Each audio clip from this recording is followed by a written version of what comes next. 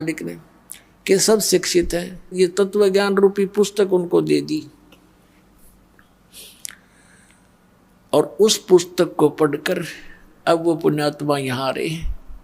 कोई मथुरा में गया था फेरी लाने, वहाँ भगत पहुँच के परमात्मा के बच्चे अपने भाई बहनों को जगाने के लिए उनको पुस्तकें दी।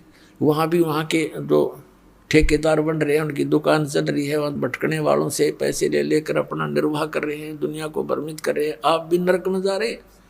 उन्होंने विरोध कर दिया, पकड़ो पकड़ो इनको। फिर वहाँ से भाग गए बेचारे।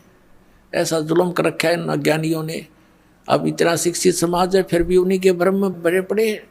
फिर ऐसी जगह जगह पर जाते हैं उनको समझाने के लिए। उद्देश्य इनका कोई स्वार्थ नहीं है, परमार्थ के लिए जाते हैं, अपनी स्वेच्छा से जाते हैं कि हम दुखी थे, ये भी दुखी हैं, इनको ज्ञान नहीं, इस तत्व ज्ञान से ये सुखी हो जाएंगे, इनके बच्चे भी सुखी होंगे, इनका जन्म मरण का रोग भी कटेगा। इस उद्देश्य से जा रहे हैं। तो कहते हैं मेले ठेले जाइयो, मेले बड़ा मिलाप, और पत्थर पानी पूजते या ज्ञान गंगा मिल जाते तो बेड़ा पार हो जाएगा आपका। पुण्यात्माओं, परमात्मा हमें याद दिलाने आए थे, इस झूठे सुख को सुख कहे ये मान रहा मन मोदे, ये सकल चबीना काल का, कुछ मुख में कुछ गोदे। परमात्मा बताते हैं कि झूठे सुख को भी आप सुख मान रहे हो, और ये यहाँ सब काल का आहार है, कुछ मुख में है कुछ गोदी में। अब परमात्मा ने बताया कि जिसको तुम परमात्मा मान रहे हो, परमेश्वर कबीर जी कहा करते थे कि जिसको तुम भगवान मानते हो ये भगवान नहीं है। श्रीमद् भगवत गीता अध्याय नंबर 15 के श्लोक नंबर 1 से 4 में, 16 और 17 में इस अध्यात्म मार्ग का बहुत सा ज्ञान सुलझाया है। अपने आत्माओं, ये जो तत्व ज्ञान रूपी जड़ी दास आपको दे रहा है, सत्संग सुना रहा है, इसी के आधार से यह पुस्तक बनी है।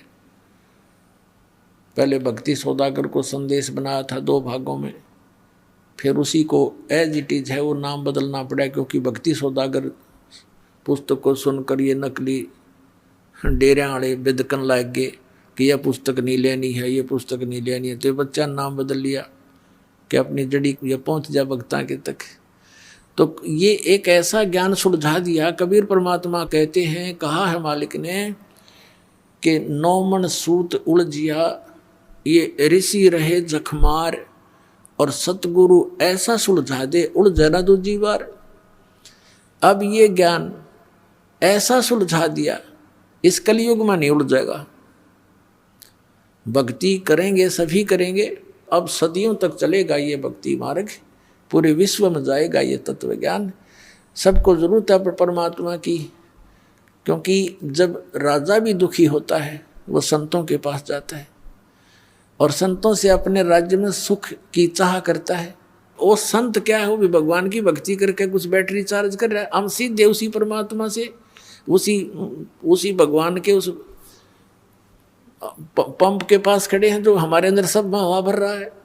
तो इस प्रकार हम सीधे ही उस भगवान की शरण में आगे हैं, जिससे राजा भी अपने सुख की कामना करता है।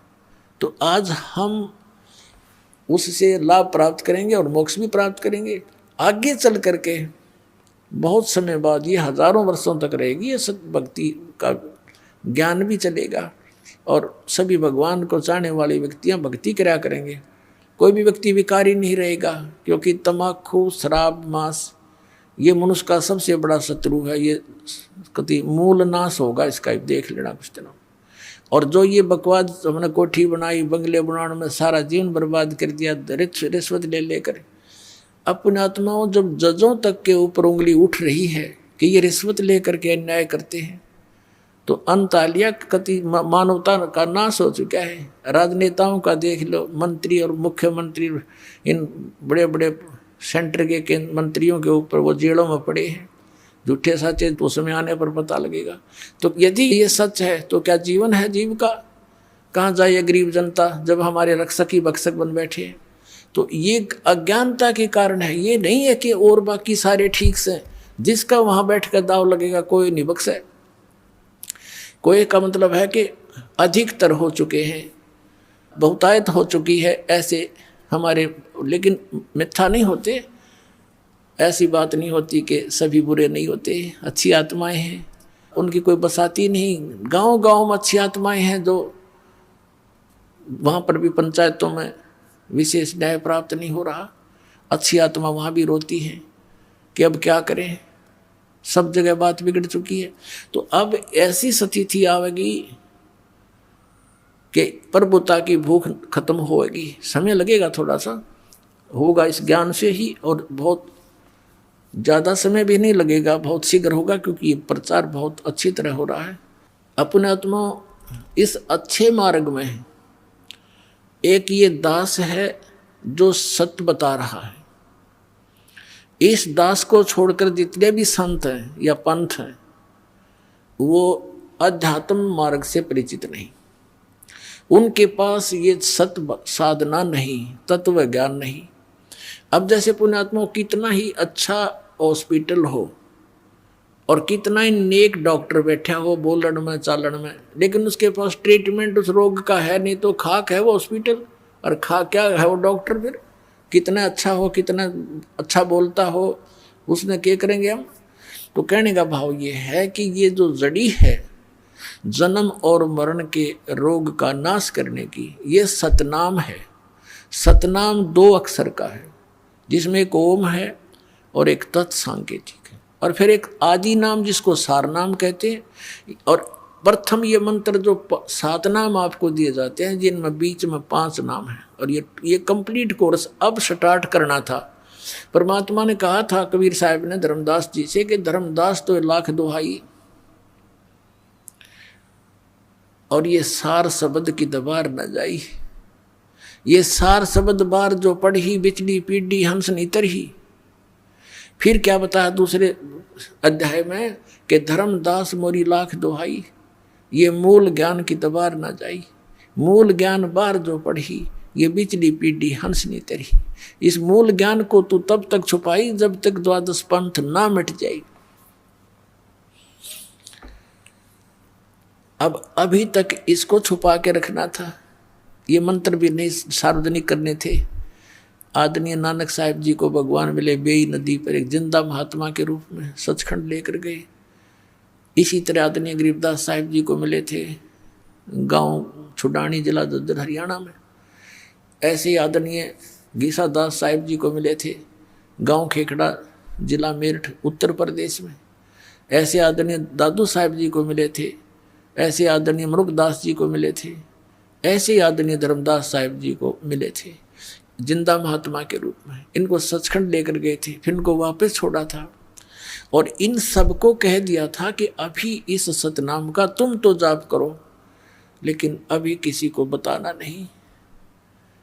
आप जी को दिखाया था कि भाई बाल्य वाली जन्म साखी में, समुद्र की साखी में आदरणीय नानक साहिब जी स्वयं तो उस 2 अक्षर के मंत्र सतनाम का जाप कर रहे थे, लेकिन अपने शिष्य बाला और मर्दाना को कहा था तुम तो वाहे गुरु जपो।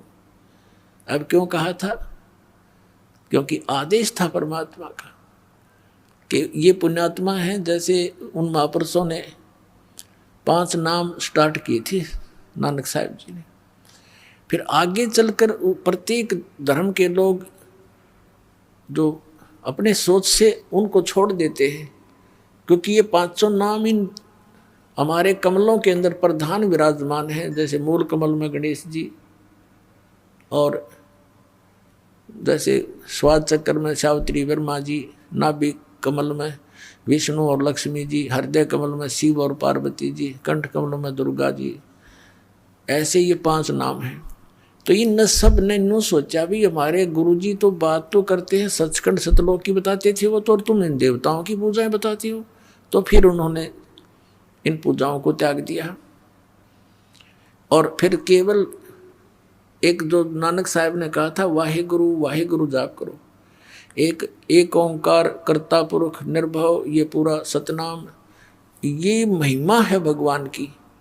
जैसे गायत्री मंत्र बना रखा है हिंदुओं ने, वैसे तो उसके सामने ओम मंत्र नहीं लगाना चाहिए, क्योंकि ये यजुर्वेद अध्याय नंबर 36 का मंत्र 3 है, इसमें ओम नहीं लगा है।